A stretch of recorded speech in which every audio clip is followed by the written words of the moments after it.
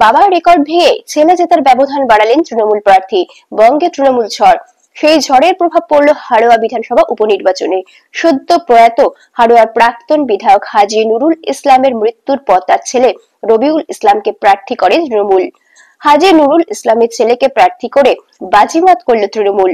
গণনা শুরুর প্রথম থেকে বিশাল অঙ্কের ভোটে এগিয়ে থাকার পর বাবা হাজী নুরুল ইসলামের 2021 সালের রেকর্ড ছাপিয়ে 1,31,388 ভোটের ব্যবধানে জিতল তৃণমূল প্রার্থী রবিউল ইসলাম।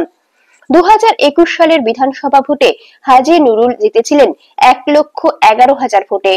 যদিবা এই নির্বাচনে দ্বিতীয় পজিশনে রয়েছেন আইএসএফ প্রার্থী পিয়ারুল ইসলাম এবং তৃতীয় পজিশনে আছেন বিজেপি প্রার্থী বিমল দাস। ভোটের ফল খারাপ হওয়ায় মাঝপথেই কাউন্টিং হলো। ভোটের ফল খারাপ হওয়ায় মাঝপথেই কাউন্টিং হল ছাড়লেন হাড়োয়া বিধানসভা উপনির্বাচনের বিজেপি প্রার্থী বিমল দাস। এই ফলের প্রভাব 2026-এর বিধানসভা নির্বাচনে পড়বে বলে বিস্ফোরক মন্তব্য বিজেপি প্রার্থীর। জয়ী তৃণমূল প্রার্থীকে শুভেচ্ছা, আগামী দিনের হাড়োয়াবাসীর জন্য কাজ করুন। বাবার রেকর্ডটা প্রথমে আগে বলে আমি ভাঙিনি। বাবার রেকর্ড এখানকার হাড়োয়ার মানুষ রেকর্ড করে, আবার ওরা নিজেরাই ভাই, মানে তৃণমূল কংগ্রেস হাড়োয়ার মানুষ আমার বাবাকে রেকর্ড মার্জিনে করেছিলেন, আবার তারাই আজকে আবার রেকর্ড আর একটা রেকর্ড করলেন। প্রথম প্রায়োরিটি আমাদের উন্নয়ন থাকবে, মানুষের সাথে থাকা, মানুষকে পরিষেবা দেওয়া। আর বিশেষ করে জেলা পরিষদের সদস্য ছিলেন, বিধায়কের পা দেবেন, কি বলবেন? বলা একটাই, দেখুন আমাদের একটাই কথা থাকে, শুধু উন্নয়ন করা, মানুষের সাথে থাকা, মানুষের সাথে থেকে মানুষকে পরিষেবা দেওয়া, সম্প্রীতির কথা বলা, উন্নয়নের কথা বলা, উন্নয়ন করা, এটাই আমাদের মূল লক্ষ্য। পরাজিত প্রার্থী তারা আপনার শুভেচ্ছা জানিয়েছেন, কি বলবেন তাদের? শুধু একটাই কথা বলবো, ওনাদের শুভ বুদ্ধি উদয় হোক। উপনির্বাচন হয়েছে, তার মধ্যে আপনি রেকর্ড ভোট পেয়েছেন এই হাড়োয়া থেকে, কি বলবেন?